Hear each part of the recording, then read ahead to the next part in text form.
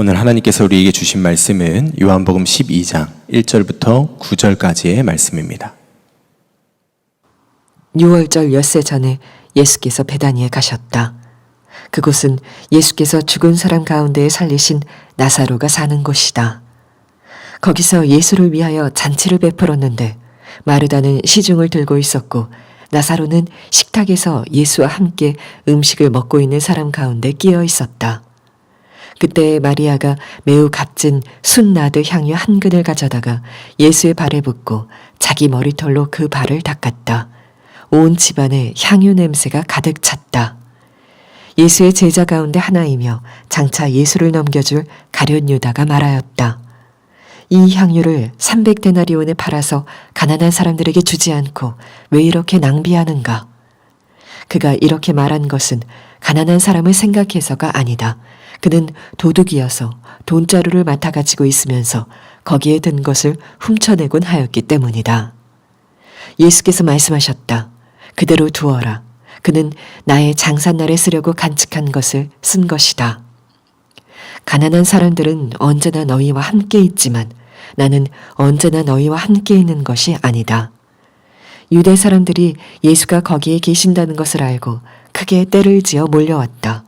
그들은 예수를 보려는 것만이 아니라 그가 죽은 사람들 가운데서 다시 살리신 나사로를 보려는 것이었다.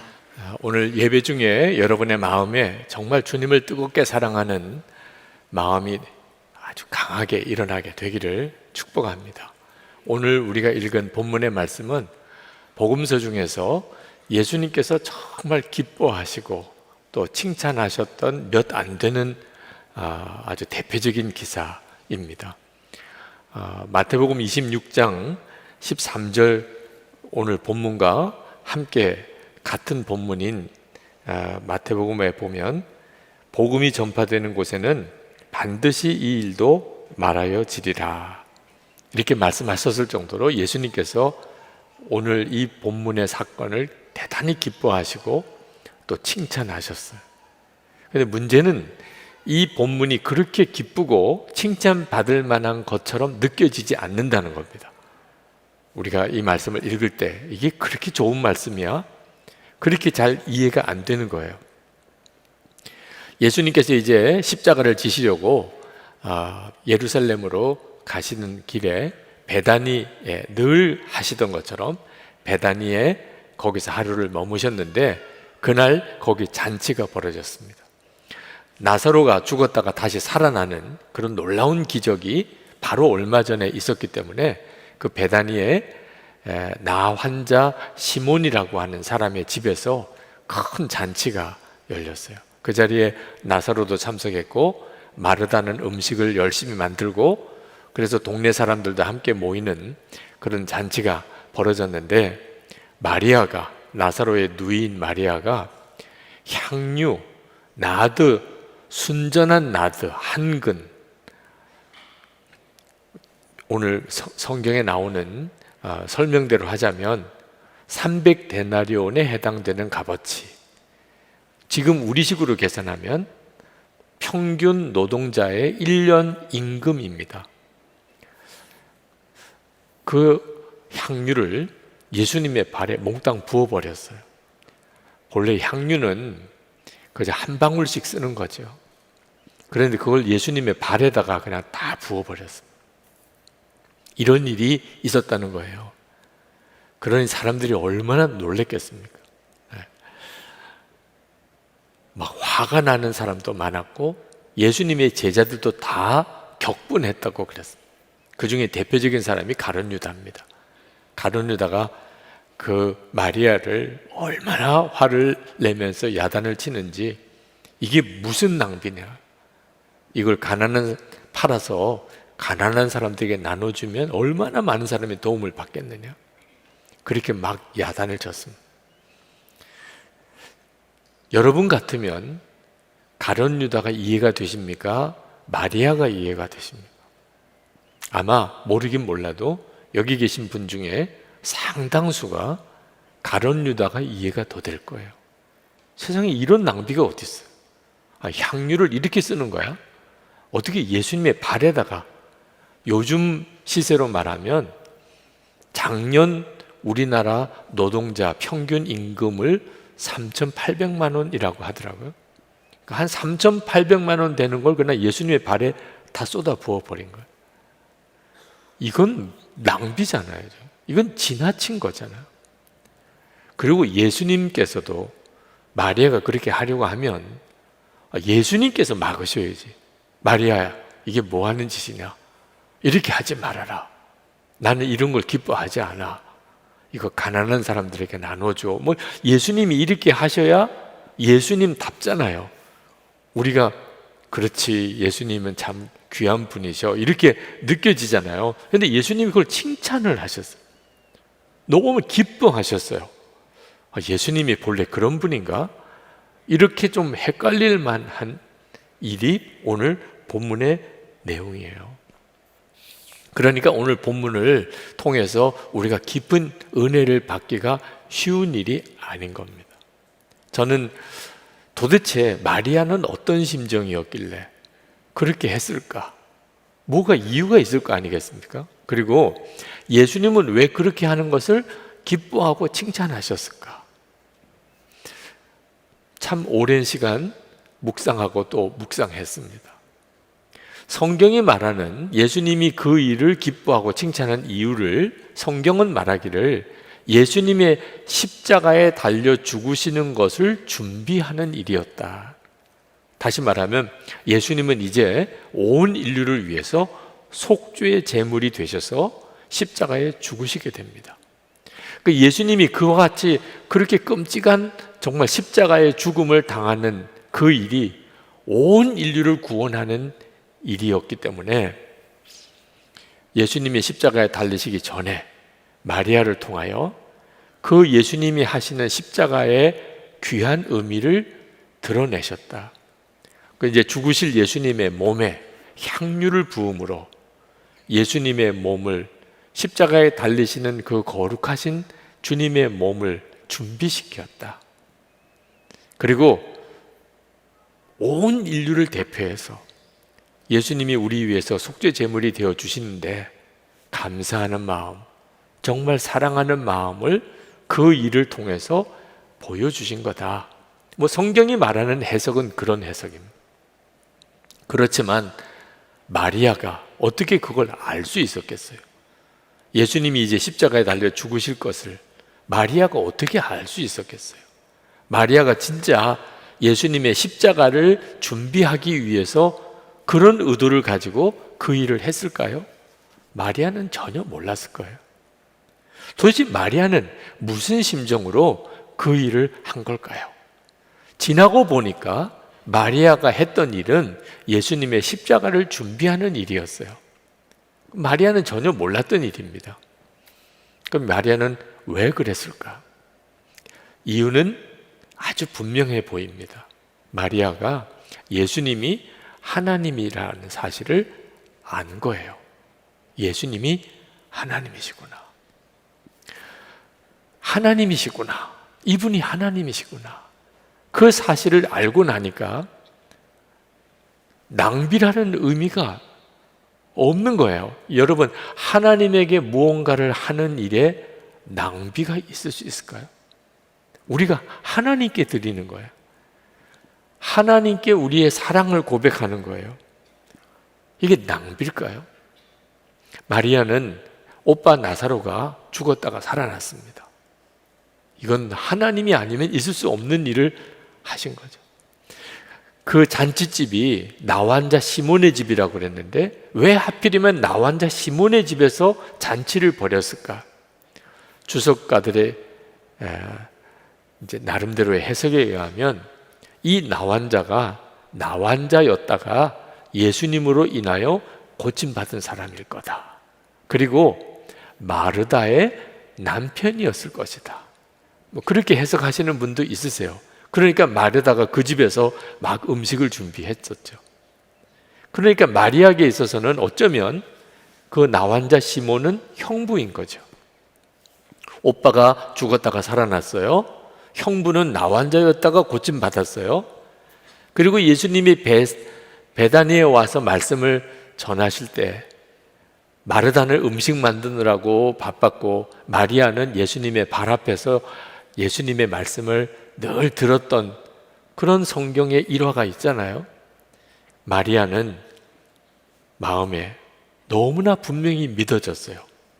그때 당시 그런 믿음을 갖는 게 이상할 정도입니다.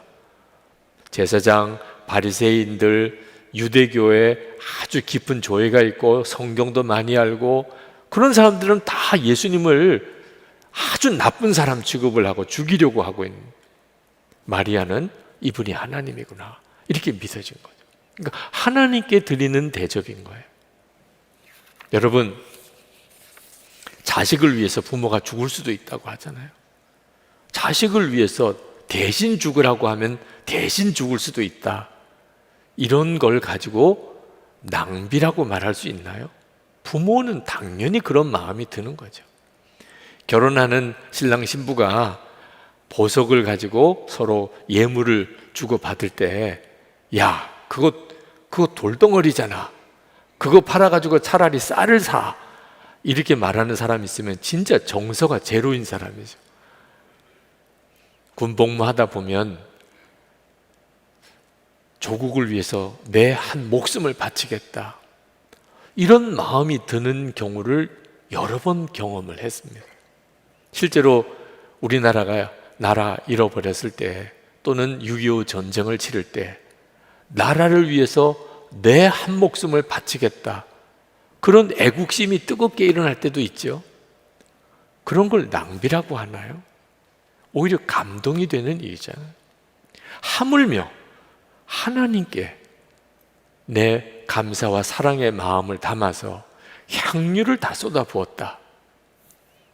하나님이라는 사실을 마리아가 정말 믿어졌기 때문에 그렇게 할 수 있었던 거예요. 그 주변에서 화가 났던 사람들은 다 왜 그랬죠? 예수님이 하나님이라는 것에 대하여 믿어지지 않으니까, 확신이 없으니까. 야, 그거 왜 거기다가 다 쏟아 부어? 가난한 사람들에게 나눠주면 얼마나 좋은데, 이렇게 반응하게 되는 거예요. 제가 아주 오래전에 타지키스탄 두산베라는 곳에 가서 집회를 인도한 적이 있습니다.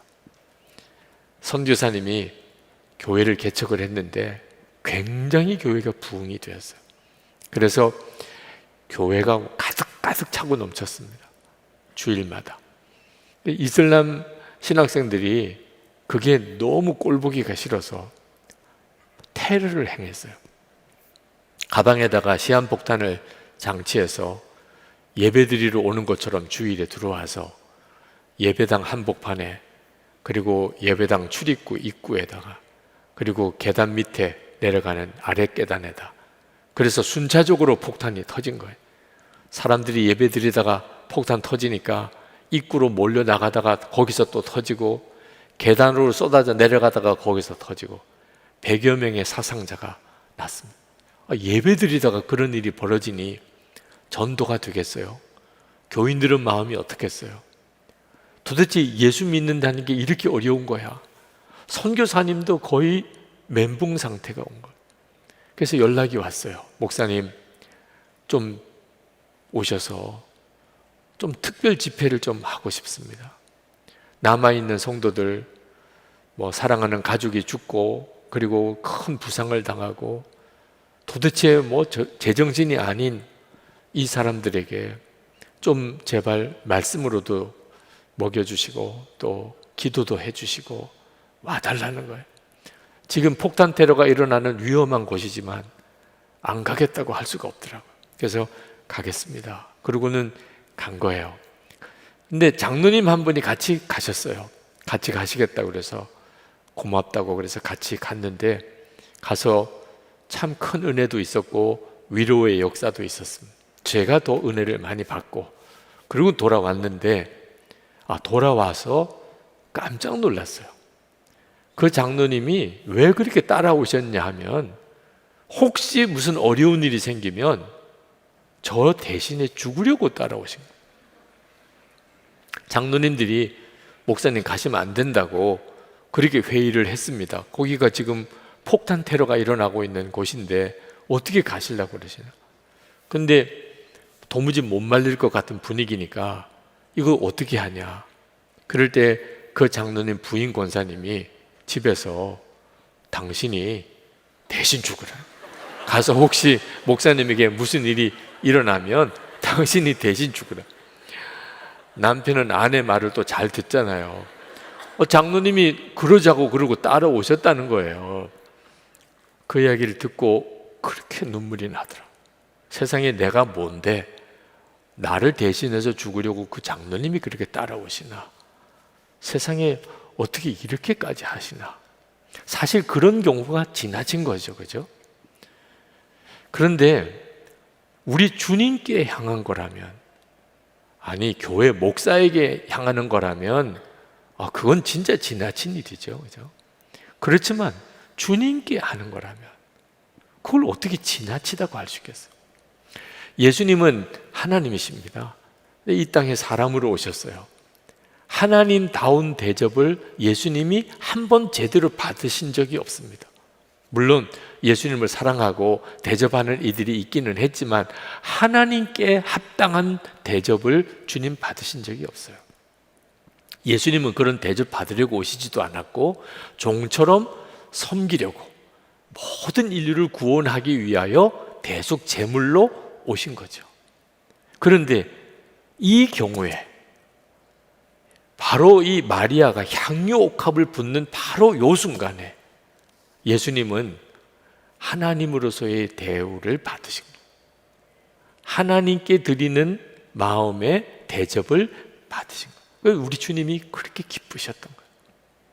그래서 칭찬도 하고 복음이 전해지는 곳에 이 사건도 반드시 전해질 거다. 그래서 성경에 기록이 된 거죠. 향유 옥합 하나 쏟아붓는 게 무슨 하나님께 드리는 대접인가? 물론 그렇습니다. 그렇지만 마리아에게는 그랬어요. 마리아에게 있어서 향유 옥합은 의미가 특별한 겁니다. 그때 당시에 가난한 처녀가 시집을 가려면 결혼 지참금이 있어야 합니다. 그래서 향유를 조금씩 모아요. 그래서 향유가 옥합에 하나 가득 되면 그거 팔아서 결혼 지참금 삼아 시집도 가는 거거든. 그러니 그날 마리아가 예수님께 향유 옥합을 다 쏟아 부었다. 시집 가는 것도 포기했다. 마리아에게 있어서는 자기의 모든 것을 드린 거죠. 그것이 우리 주님 마음에 참 너가 귀한 일을 했다. 그렇게 주님이 받으신 거예요. 하나님이라고 믿어지니까 그렇게 한 거죠. 여러분, 마리아와 가룟 유다의 차이가 뭐죠? 예수님에 대한 믿음이 달랐던 거예요. 마리아는 예수님이 하나님이라고 믿어지니까 향유 옥합도 부을 수 있었고, 가룟 유다는 3년 동안 예수님의 제자로 따라다녔지만 예수님이 하나님이라고 믿어지지 않으니까 도대체 왜 이렇게 낭비하는 거야? 이렇게 되는 거예요. 이거 가난한 사람에게 팔아, 가난한 사람 도와주면 얼마나 좋아. 말은 그렇게 했지만 실제로 가룟 유다는 그 돈이 아까웠던 거예요. 마음에 탐심이 가득해서 결국은 예수님을 은 30에 팔아버리잖아요. 가룟 유다는 예수님이 하나님이라고 믿어지지 않았던 거예요. 이 차이가 마리아의 그때 행했던 일에 대하여 공감이 되느냐 아니면 이해가 되지 않느냐 하는 차이인 겁니다. 여러분, 지금 이제 우리의 문제인데 우리는 예수님이 하나님이신 것을 다 압니다. 예수님은 우리의 구세주예요. 자, 그런데 마리아의 이 일이 선뜻 공감이 안 돼요. 좀 너무 지나치잖아? 이렇게 생각되시는 분들이 있으실 거예요. 이유가 뭐죠? 분명히 예수님은 하나님이시지만 지금 나와 함께 계신 주님으로는 눈이 안 열려 계신 거예요. 예수님은 하나님이시래.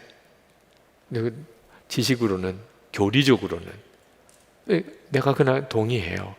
그렇지만 그 예수님이 지금 나와 같이 계신 주님으로 그렇게 체험되지는 않아요. 그러니까 마리아가 이렇게 했던 것이 우리에게는 일상적인 경험이 아닌 겁니다. 아주 이상한 일이에요. 유별난 일이에요.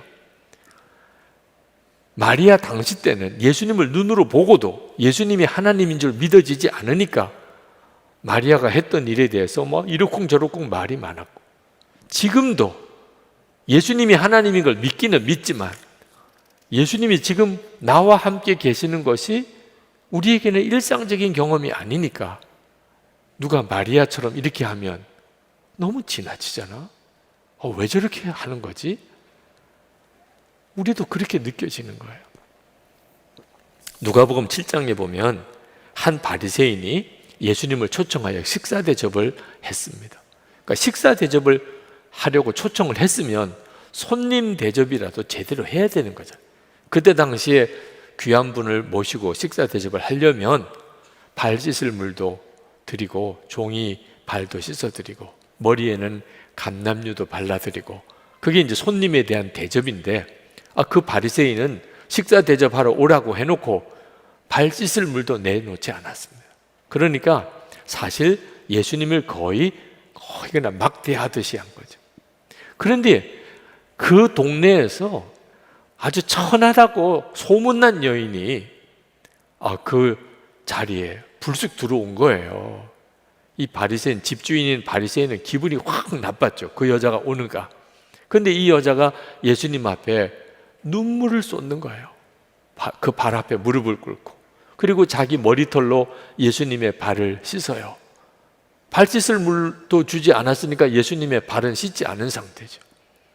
눈물로 그 발을 씻어요. 그리고 향유를 부어요. 바리새인이 그걸 보고 속으로 생각합니다. 저 사람이 진짜 예언자라면 이 여자가 얼마나 나쁜 여자인지를 알 거다, 이러고 생각을 하고 있는 겁니다. 그때 예수님께서 하신 말씀이에요. 누가복음 7장 47절에 저의 많은 죄가 사하여졌도다. 이는 저의 사랑함이 많음이라. 사함을 받은 일이 적은 자는 적게 사랑하느니라. 그러니까 이 바리새인들과 제사장은 예수님을 메시아로 믿지 않았기 때문에 예수님은 죽여야 될 존재로 여겨진 거예요. 그러니 무슨 발 씻을 물도 내놓겠어. 그런데 이 여자는 예수님으로 인하여 속 용서함의 은혜를 받았어요. 그러니 예수님께 자기 눈물로 발을 씻고 향유도 부은 거죠. 죄사함이 있으니 주님을 사랑함이 있다는 거예요. 여러분, 우리 모두는 예수님으로 인한 속죄의 은혜를 다 믿습니다. 믿으시죠? 그러니까 우리 속에는 예수님에 대한 감사와 사랑이 뜨거워요. 만약에 예수님께서 이 시간에 우리 눈으로 볼 수 있도록 우리 주님이 이곳에 오시면 아마 여기 계신 여러분 모두가 다 그 주님께 마음을 다하여 경배하고 그 예수님을 기뻐하고 여러분이 할 수 있는 모든 표현을 다하여 그 주님께 사랑을 드릴 거예요. 그러실 거죠. 정말 주님을 보았다면, 만났다면 여러분을 지옥에서 건지신 분이에요. 여러분의 모든 죄를 기억도 하지 않도록 보혈로 씻어주신 분이에요. 하나님의 자녀가 되게 하신 분이에요. 그 예수님을 여러분이 만나면 어떻게 사랑 안 할 수가 있어요? 오늘 여러분이 이렇게 예배에 오신 거, 이렇게 영상으로라도 예배에 들어오신 것은 바로 그 사랑 때문입니다. 은혜를 받았고 그래서 오늘 이렇게 예배를 드리는 거잖아요. 그런데 문제는 이 마리아가 향유를 쏟아 부은 것 같은 그런 깊은 감동, 그 뜨거운 사랑은 아닌 거예요. 예배도 드리러 왔고 주님을 사랑하는 것은 맞는데 이 마리아가 했던 것 같은 느낌은 아닌 거예요. 왜 그렇죠? 예수님이 나와 함께 계시다는 것을 듣기는 들었지만 실제로 느껴지지 않는 거예요. 예수님이 나에게서는 실제가 아닌 거예요. 이렇게 예배를 드리지만 그냥 목사가 더 중요해요. 오늘은 누가 설교하나? 1, 2, 4부가 유기성 목사래. 하여튼 뭐 목사가 중요한 거예요. 네. 예배 순서, 기도 순서, 찬양하는 분들, 우리에게는 자꾸 사람이 더 크게 보이는 거예요. 우리에게 있어서 예수님은 어쩌면은 너무 막연한 대상인 거예요. 그러니까 마리아와 같은 이런 헌신과 사랑이 낯선 거예요. 이상한 거예요.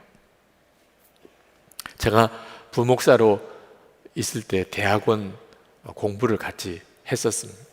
마지막 학기를 남겨두고 참 고민이 되더라고요. 네, 교구 목회를 하고 있는데 대학원 공부도 하고 논문도 써야 되니까 교우들 신방하는 일이 아무래도 시간이 부족해요. 고민이 되더라고요.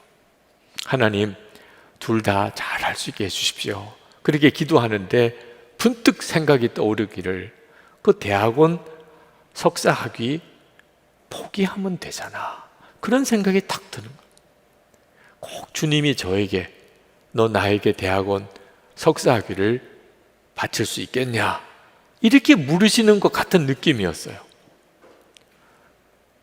그때 제 마음속에 내가 하나님께 드린 게 없구나. 그 마음은 그때 제 마음을 참 아프게 했습니다. 저는 어릴 때부터 예배를 드렸어요. 수도 없이 드렸어요. 계산이 안 될 정도로. 목사의 아들로 목사가 교회가 집이 교회에 있으니 예배는 엄청 드렸죠. 그런데 시편 18편 1절에 다윗이 나의 힘이 되신 여호와여, 내가 주를 사랑하나이다, 이런 마음의 예배를 드려본 적이 없어요. 어릴 때 예배의 기준은요, 떠들지 마예요. 안 떠드는 게 예배 잘 드리는 거예요. 주님을 사랑합니다, 이런 걸 가르쳐 주는 데가 없었어요. 목사가 되고 난 다음에 예배는 저에게 굉장히 중요한 일이었어요. 오늘 얼마나 많은 교인이 모였나, 누구는 예배 오셨나, 누구는 또 안 오셨네, 오늘 안내는 제대로 쓰시나, 찬양은 제대로 드리나, 기도는 제대로 준비되셨나. 예배는요, 목사에게 중요한 일인 거예요. 거룩한 의무이기는 합니다, 예배는. 그러나 예배가 기쁨이고 정말 뜨거운 사랑이 아니었어요. 저는 목사가 되어서 제가 목사 되어 드렸다고 생각했어요. 하나님께 아유 그래 내가 목사 되어 드리지 뭐. 참 무서운 생각이고 교만이죠. 그러니까 그 다음부터는 내내 하나님께 요구하는 거예요. 내가 목사까지 되어 드렸으니 하나님 제게 부흥을 주세요. 제가 목회에도 성공하게 해주세요. 항상 하나님 도와주세요. 뭐 주세요. 그 순간에 딱 마음에 내가 하나님께 뭐 드린 게 있나, 그 생각이 들더라고요. 그때 눈물이 확 쏟아지더라고요. 하나님께 달라고만 했지 하나님께 제대로 드린 게 없구나. 그게 너무 마음이 애통해요. 왜 그랬냐 하면 예수님은 저에게 실제이신 분이 아니셨기 때문에. 그냥 예수님은 막연하게 계신 분이에요. 예수님이라는 분이 계셔. 어디선가 나를 지켜보시겠지. 늘 만나고 그렇게 동행하는 분이 아니셨어요. 근데 그날 예수님은 저에게 너 대학원 석사학위를 바치게 수 있겠느냐, 그렇게 개인적으로 물어보시는 것 같은 거예요. 주님은 제 입에서 나오는 대답을 마치 정말 두 눈 똑바로 뜨시고 보시는 것 같아요. 석사학위를 바치겠습니다. 그렇게 고백하고는 진짜 통곡을 했어요. 통곡을. 왜 그렇게 막 눈물이 쏟아지는지. 향유 옥합을 부었던 마리아의 심정, 그게 조금 느껴지더라. 이런 느낌이었나 보다. 주님께 다 드릴 때. 여러분, 예수님을 실제로 영적인 눈이 뜨이지 않았을 때는요, 할 수도 없는 일이고 옆에 있는 사람들도 이해가 안 돼요. 하나님을 위해서 내 모든 것을 드린다. 말이 좋지. 실제로는 그건 우리에게 실제 경험이 아니에요. 어떤 때는요, 예수님을 실제로 만나기 전에는, 하나님을 실제로 눈이 열려서 바라보기 전에는 완전한 헌신은요, 두려움 그 자체예요. 근데 주님을 조금 눈이 뜨이고 나니까, 주님 드릴게요. 예수님에게 제 석사학위가 무슨 소용이 있겠어요? 아니, 예수님이 그것 가지고 무슨 소용이 있고 뭐 어디다가 쓰시겠어요? 그런데 그날 제가 주님께 드릴 수 있는 건 그게 전부였어요. 제가 주님께 드릴 수 있는 것. 그 이후에 주님을 위해서 살면서 내 고집, 내 생각, 내 계획을 꺾는 일이 쉬워졌어요. 그건 참 신기한 일이죠. 그리고 저를 통해서 주님이 조금이라도 역사하시는 일이 나타나기 시작했어요. 가만히 돌아보면 내가 주님께 뭐 드렸나, 그저 생각나는 거는 그거 하나 정도예요. 그런데 주님으로부터 받은 게 또 너무 많아졌어요. 그것마저도 드렸다고 말하기가 어려워요. 여러분, 예수 믿는 진짜 행복은요, 예수님을 마리아처럼 주님이 하나님이신 것을 진짜 알고 그 주님께 내 모든 것을 다 드려서 헌신하는 게 가장 예수 믿는 복이에요. 황홀해요. 그러면 그때부터 주님이 내 인생을 뒤집어 쓰시기 시작해요. 저는 주님을 사랑한 것밖에 없어요. 주님 위해서라면 다 순종할 수 있을 것 같아요. 주님이 원하시면 다 드릴 수 있을 것 같아요. 여러분, 이 마음이 가장 행복한 거라고. 그건 예수님을 안다는 뜻이에요. 예수님과 정말 사랑에 빠졌다는 뜻입니다. 그때부터 주님은 인생 전체를 통해서 역사하세요. 조수미 씨가 유럽에 유학을 가서, 이태리에 유학을 갔을 때 그 1년 반 만에 핀란드 콩쿠르에 그가 나갑니다. 왜냐하면 본인의 실력이 인정받았어요. 언론에서도 이번 콩쿠르의 입상은 조수미 씨가 될 거다. 그의 가창력을 아는 사람들은 다 그렇게 생각했고, 교수도 그렇게 생각했고, 본인도 그렇게 될 거라고 생각했는데 그가 1등을 못합니다. 그게 얼마나 좌절이 되었는지 한 4개월 정도 노래를 부르지 않았어요. 의미를 잃어버린 거예요. 그때 조수미 씨가 다시 일어나게 된 계기는 어머니와의 통화입니다. 그때 어머니가 조수미 씨에게 이렇게 말해요. 수미야, 내가 언제 너에게 우승하라고 요구했었니? 1등 하는 거는 너의 목표가 아니야. 너는 노래를 사랑하기만 하면 돼. 노래는 아름다운 거잖아. 그 엄마의 그 말이 조수미에게 딱 마음에 와닿았어요. 엄마, 그렇게 할게요. 이제부터는 1등 하려고 노래 안 할게요. 정말 저는 노래하는 걸 사랑할게요. 정말 노래를 즐겁게 여길게요. 그리고는 정말 마음을 완전히 바꾸고 노래를 사랑하고, 노래 부르는 것을 사랑하고 기뻐하고 즐거워했어요. 지금의 조수미 씨가 된 거예요. 그 이야기가 생각나는 이유는 우리에게 있어서 예수님이 바로 그와 같은 존재세요. 예수님, 그분 사랑하는 것으로 충분한 거예요.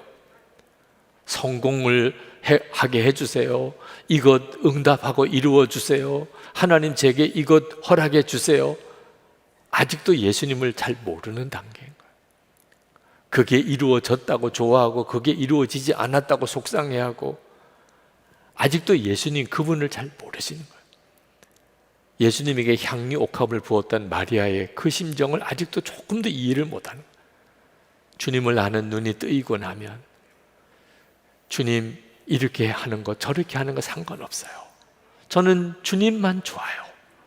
그게 일제시대 때 6.25 전쟁 이후에 말할 수 없이 우리가 어려울 때 우리의 믿음의 선배들이 예수님을 믿었던 방식이에요. 예수님 한 분이면 충분해요. 저는 주님이면 좋아요. 그리고 지금 이렇게 한국 교회에 부흥이 온 거예요. 우리에게 지금 필요한 것이 바로 그것이에요. 우리에게 뭐가 필요하죠? 우리는 예수님이 하나님이신 것을 압니다. 그런데 지금 나와 같이 계신 것을 알아야 돼요. 그러면 마리아와 같은 심정이 돼요. 예수님께 모든 걸 다 드려 사랑하고 싶어요. 그리고도 조금 더 아깝지도 않아요. 사방의 사람들이 말이 들리죠. 어떻게 저렇게 살아? 예수를 믿어도 어떻게 저렇게 믿어? 상관없어요. 너무 기뻐요. 그리고 주님이 나를 통해서 내 주변 사람들을 다 바꾸세요. 한 번은 선교단체 여름 수련회 말씀을 전하러 가서, 그리고 마지막에 주님을 위해서 살기로 결단하는 시간에 많은 청년 대학생들이 결단을 했습니다.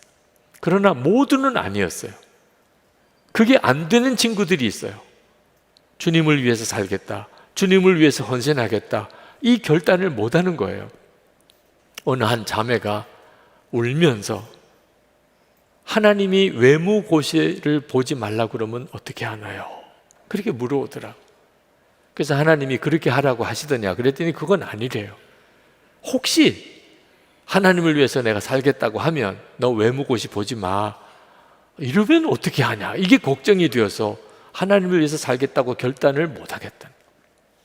그때 제가 그 자매의 문제가 뭔지를 알았어요. 하나님이 자기를 얼마나 사랑하는지를 아직도 모르는 거예요.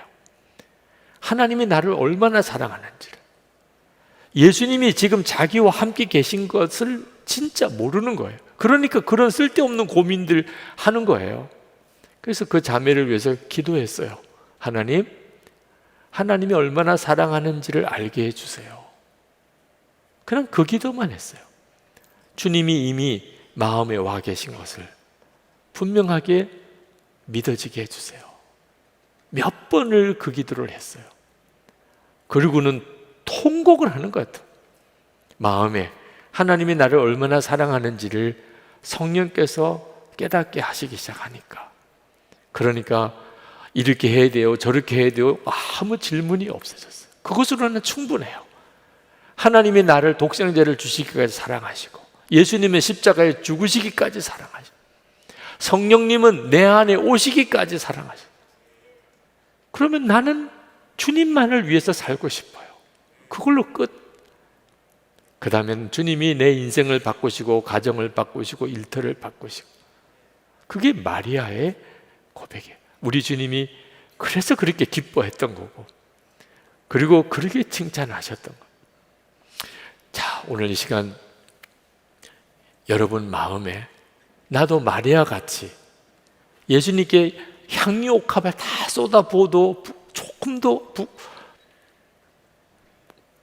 마음에 아까운 느낌 없는 그 사랑으로 주님 사랑하고, 오직 주님만을 위해서 그렇게 살고 싶은 간절함으로 그렇게 예수님을 믿고 따르고 싶습니다. 정말 주님을 항상 바라보고 주님과 동행하는 그런 신앙생활을 하고 싶습니다. 여러분의 마음에 오늘 말씀을 그렇게 붙들고 싶으신 분은 일어나세요. 일어나서 기도합시다. 여러분이 정말 그렇게 신앙생활 해야 신앙생활이 쉬워요. 그리고 신앙의 역사가 일어나요. 여러분 스스로도 주님의 은혜를 누리고, 가족도 주변 사람들도 예수 믿는 게 진짜 놀랍구나, 그렇게 되는 거예요. 그게 여러분의 마음의 소원에서부터 일어나는 겁니다. 주님, 오늘 여기까지 오게 하셨잖아요. 여러분을 제가 주님을 더 바라봅니다. 진짜 눈이 뜨이기 원합니다. 향유 옥합 부었던 마리아의 그 심정으로 제가 예수님 믿고 싶습니다. 여러분의 입으로 분명하게 구하시기 바랍니다. 통성으로 기도하겠습니다.